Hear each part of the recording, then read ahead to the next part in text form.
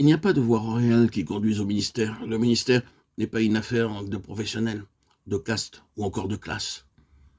Il naît de cette angoisse et de cette souffrance qui nous amène à connaître Christ comme nous ne l'avons jamais connu auparavant. Pour jouir d'un ministère authentique, il faut connaître les profondeurs de Christ. Ce genre de ministère qui n'est autre qu'une manifestation de Christ, de sa sagesse infiniment variée, de ses profonds mystères, des merveilles, des gloires liées à sa personne, jaillit d'une expérience indispensable où nous avons appris à nous reposer uniquement en Christ. Nous portons ce trésor dans des vases de terre afin que cette puissance supérieure soit attribuée à Dieu et non pas à nous. 2 Corinthiens 4, 7. Il est fort probable qu'en s'adressant aux croyants en ces termes, Paul avait à l'esprit la puissante armée de Gédéon. Celle-ci avait été réduite à 300 soldats afin d'empêcher Israël d'en tirer gloire, en sorte que cette puissance soit attribuée à Dieu seul. Quel est ce trésor dont parle l'apôtre Paul?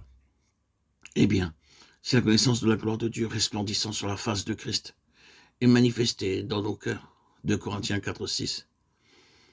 Quelles ont été les armes utilisées par les 300 hommes de Gédéon? Des vases de terre équipés d'une torche à l'intérieur. Voilà les moyens employés pour cette puissante conquête. Toute la puissance de l'ennemi anéantie par de faibles moyens. Et Dieu sait si l'ennemi était puissant. Le Saint-Esprit n'hésite pas à nous donner l'étendue de la puissance des Madianites et des Amalécites et de tous les fils de l'Orient. Ils étaient semblables au sable de la mer. La victoire a été remportée grâce aux 300 hommes qui portaient ce trésor dans des vases de terre, ce qui laisse sous-entendre que Christ est lui-même l'énergie dont nous avons besoin pour assurer une conquête sans pareille sur toute la puissance de l'ennemi. Pour que ce ministère connaisse un regain de puissance et une plus grande mesure de plénitude, il a fallu que Paul découvre Dieu de manière toute nouvelle dans la personne de Jésus-Christ, et ceci par la souffrance. Toutes les souffrances endurées par Paul l'ont amené à une nouvelle connaissance de Dieu en Jésus-Christ, lequel donne au ministère la puissance, la gloire et la plénitude émanant de sa propre personne. Telle est la signification du ministère.